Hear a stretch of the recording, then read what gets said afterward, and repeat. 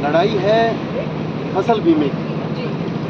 खरीफ 2021 में हमारे यहाँ बहुत अच्छी फसल थी और उस फसल को लेकर के हमारे बहुत अलग अलग सपने जैसे सब लोगों के होते हैं, उस तरीके के सपने किसानों के भी थे कि अच्छी फसल है, इसको बाज़ार में बेचेंगे, फिर हमारा जो लिविंग ऑफ स्टैंडर्ड है, किसान का रहन सहन है वो ठीक होगा, बच्चों की पढ़ाई लिखाई ठीक होगी, ये सारी चीज़ थी। लेकिन हुआ क्या, 22 सितंबर से लेके 26 सितंबर तक, 28 सितंबर तक 6 दिन लगातार बरसात हुई, तेज़ बरसात हुई, बेमौसमी बरसात थी वो, उससे पानी खेतों में भरा रहा और फसलें पूरी तरह नष्ट हो गई। तो हमने प्रशासन से कहा कि इन फसलों के किसान को कुछ कंपनसेशन मुआवजे के रूप में कुछ मिले, तो इसके लिए आप इसकी विशेष गिरदावरी करवाओ और क्रॉप कटिंग एक्सपेरिमेंट जिसमें फसल बीमे में खराबे का आंकलन होना है वो करवाओ।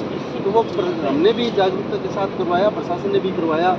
हमारे जो सरकार की मशीनरी है, कलेक्टर से लेके नीचे पटवारी तक, कृषि अधिकारी से लेके कृषि पर्यवेक्षक तक, सब लोगों ने लग के किया, बीमा कंपनी के लोगों की मौजूदगी में किया। तो खराबा बहुत ज़्यादा था। फिर बीमा कंपनी ने, क्योंकि इनकी अप्रोच तो जयपुर और दिल्ली की होती है, किसान की तो अपने गांव घर से निकल के अपने ज़िले तक यहाँ तक सीमित है। तो उस रिपोर्ट के ऊपर बीमा कंपनी ने चूरू जिले की 5 तहसीलों के 181 पटवार हल्के, मतलब कंप्लीट रिपोर्ट के ऊपर एक ऐतराज़ पेश किया कि यहाँ के पटवारी कृषि पर्यवेक्षकों ने किसानों के साथ मिली भगत करके, उसमें हमारे जो बीमा कंपनी के लोकल प्रतिनिधि थे वो भी इनके साथ मिल गए। उन्होंने खराबा बहुत ज़्यादा दिखा दिया, क्लेम की अमाउंट बहुत ज़्यादा बढ़ गई, इसलिए इसका कोई दूसरा अल्टरनेट वे जो है वो अपनाया जाए। राजस्थान सरकार ने बगैर किसान को सुने, बगैर जिले के प्रशासन को सुने, बगैर दूसरे लोगों को सुने, बीमा कंपनी के ऐतराज़ को 15 फरवरी 2022 को स्वीकार कर लिया और 181 पटवार हल्कों की रिपोर्ट को खारिज किया। हमें इसके बारे में जानकारी नहीं थी। हम तो कह रहे थे क्रॉप कटिंग में खराबा क्या है, आप हमें दो। खराबा हुआ सितंबर में, अक्टूबर, नवंबर, दिसंबर सब चला गया। हम जनवरी में मांग रहे हैं, फरवरी में मांग रहे हैं, दे नहीं रहे। तो जब हमें चारों तरफ से हमारे साथी एमएलए भादरा से कामिल बलवान पुनिया, उन्होंने विधानसभा में एक क्वेश्चन पुटअप किया कि क्रॉप कटिंग एक्सपेरिमेंट जो हुए उसमें क्या आया है, वो रिपोर्ट तो आप सार्वजनिक करो। तो राजस्थान सरकार ने भारत सरकार के एक पत्र का हवाला देके ये कह दिया कि आपको इस तरीके की रिपोर्ट हम दे नहीं सकते, हालांकि ये नियम नहीं है लेकिन हम दे नहीं सकते। वहाँ हमें ये समझ में आ गया कि ये इस तरीके से रिपोर्ट देंगे। तो हम तारानगर एक तहसील है चूरू की, वहाँ पे तहसील कार्यालय के आगे धरने पे बैठ गए। हमने धरना, प्रदर्शन, घेराव, पड़ाव जो प्रजातांत्रिक तरीके से हम कर सकते थे वो सारा किया। हमें लगा कि ये 5 तहसीलों का जिले का इशू है, लेकिन ज़िले में 8 तहसीलें हैं। 3 तहसीलें तो आज भी ऐसी हैं जिनको फसल बीमे का वो लाभ नहीं मिला जो यहाँ के जो बाकी 5 तहसीलों के लोग अपनी जागरूकता, चेतना, अपनी लगन से जो ले पाए।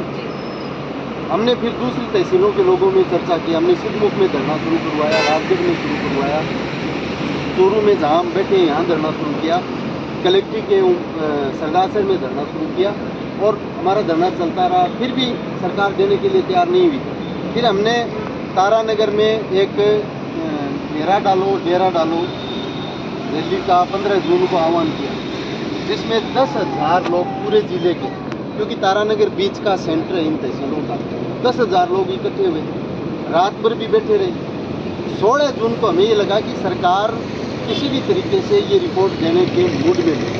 तो हमने फिर हमारे साथियों से चर्चा करके और स्टेट और नेशनल हाईवे रोकने का ऐलान कर दिया 16 जुलाई को।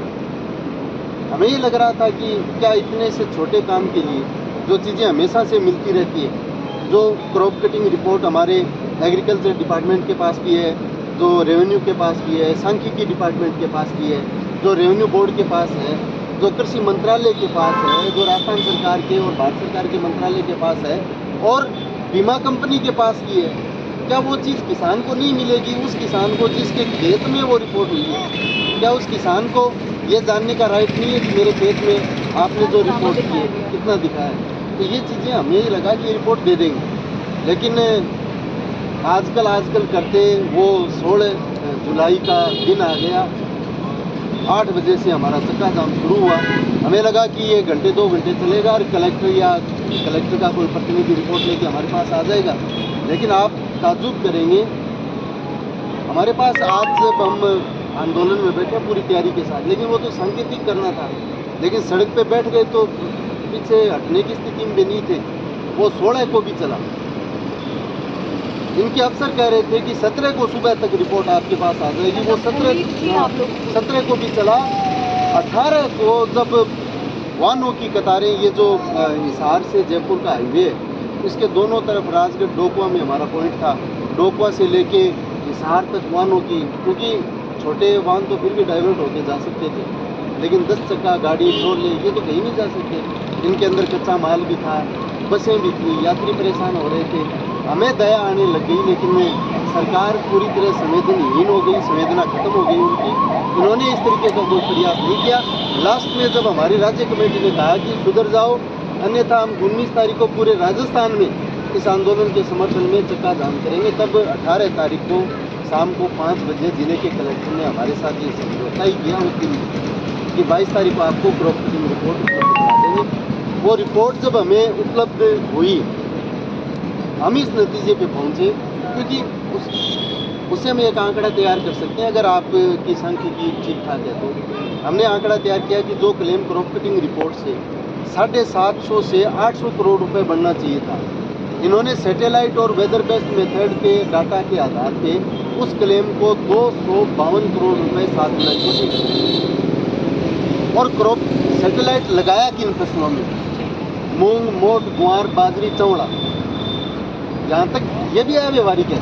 लेकिन मूंगफली, जो मूंगफली की फसल है, वो तो मूंगफली का गोटा जमीन के अंदर लगता है, तो उसमें भी सैटेलाइट लगाने का काम किया। तब हमें ये लगा कि ये कोई फेयर डाटा नहीं है, कहीं न कहीं एक बड़ा खेल लोगों के खेला गया। तो उसके बाद में फिर हम सभी तहसीलों में घूमे, वो डिफरेंस जो था एक एक फसल का, एक एक पटवार हल्के का, हमने लोगों को बताया आपका इतना तो क्रॉप कटिंग रिपोर्ट से बन रहा था और सैटेलाइट रिपोर्ट के आधार पर इतना आपको दिया है या नहीं दिया। तो लोग तैयार हुए। उसके बाद में हमने हमारे जनप्रतिनिधियों को भी कहा कि आप भी अपने सदनों में बोलें, लेकिन उनको ये है कि ये एक तरीके से थोड़ा डिफिकल्ट भी है। फिर सत्ता में बैठे लोगों को महसूस भी नहीं हुआ होगा कि हमने कोई बीमे के लिए वोट थोड़ी मांगे थे। हमने तो भाई हमारी सरकार बनेगी, हम इस पार्टी के हैं, इस जाति के हैं, इसलिए हमारे इतने वोट हैं। तो इस तरीके से ये हम लोगों के बीच में गए, लोग पूरी तरह तैयार हो गए और हमने सरकार को चेताने के लिए और इस मुद्दे के ऊपर, क्योंकि असल जो लड़ाई है वो ये नहीं थी कि हमें उन्होंने प्रति बीघा 3-4 हज़ार रुपये, 5 हज़ार रुपये का नुकसान कर दिया। असल जो लड़ाई हमारी जो दिमाग में थी वो थी नीतिगत। सैटेलाइट वो मापदंड नहीं हो सकता जो आपकी फसल के खराबे का आंकलन कर सके। गर्मी की वजह से फसल खराब हुई है, उसका आंकलन सैटेलाइट से नहीं हो सकता। सर्दी की वजह से फसलें खराब होती हैं, कीट होने की वजह से भी फसलें खराब होती हैं, बरसात कम होने की वजह से भी फसलें खराब होती हैं और बरसात बहुत ज़्यादा होने की वजह से भी फसलें खराब होती हैं। ये एक्सपेरिमेंट आप प्रॉपर खेतों में जाकर के सर्वे करोगे और आंकलन करोगे। वह ये था कि अत्यधिक बरसात होने की वजह से खड़ी हुई फसल तो हरी होती रही और उसके जो लगी हुई फली थी, जो दाने थे, वो गल के कन के गिरते रहे। अब फसल में सिर्फ घास बचा, उसके ऊपर कुछ नहीं बचा, तो लगातार नमी की वजह से। तो ये आंदोलन हम लेके चले और उसके बाद में हमने 2 जून को आह्वान किया कि हम कलेक्ट्रेट चूरू पे पड़ाव डालेंगे। और उससे पहले 28 तारीख को, जैसे मैं खुद, हालांकि मैं उसमें बीमार था, कुछ ही दिनों पहले मेरा ऑपरेशन हुआ था, लेकिन हमें ये लगा कि हम नहीं चलेंगे तो लोग कैसे चलेंगे। तो मैं सावा, हमारा एक कस्बा है तारानगर तहसील का, वहाँ से इसको हमने पैदल मार्च, लॉन्ग मार्च के रूप में नाम दिया। 5 दिन पैदल मार्च चल के लोगों के जत्थों के साथ हम यहाँ पहुँचे। हज़ारों हज़ार लोग थे उस दिन, 10,000 लोग थे, लेकिन उस दिन भी सरकार हमारे फैसले को मानने के लिए तैयार नहीं हुई। और ये ज़रूर हमारे साथ समझौता किया कि हम भारत सरकार को ये लिख रहे हैं कि हमने तो फैसला कर दिया, आप इसको बदल दो। चलो ठीक है, आपने ये कुछ एक कागज़ लिखा तो सही। हम इस जगह पे पड़ाव डाल के बैठ गए। उसके बाद में भारत सरकार का रिप्लाई आया स्टेट गवर्नमेंट के पास कि आपका फैसला, आप इसको रिव्यू करो, हमारा कोई हस्तक्षेप नहीं है। इसमें कोई टेक्निकल कोई दिक्कत आ रही हो तो हम मार्गदर्शन उसमें कर सकते हैं। तो उन्होंने इनको जब रिव्यू करने का कह दिया, फिर भी नहीं किया। फिर हमने कलेक्ट्री के चारों गेट बंद करने का आह्वान किया, कलेक्ट्री के घेराव का आह्वान किया। हमने एसपी और कलेक्टर जो राजस्थान सरकार और भारत सरकार के प्रतिनिधि है उनके घरों के आगे रात को पिंपे बजा करके सरकार को जगाने का आह्वान भी किया, पिंपे भी बजाए। हमने चूरू शहर में मसाल जुलूस भी निकाला। हमने लास्ट में जब 8 अगस्त का जो ऐतिहासिक दिन था अंग्रेजों भारत छोड़ो, उस दिन का चयन करके हमने किसान एकजुटता रैली का आह्वान किया।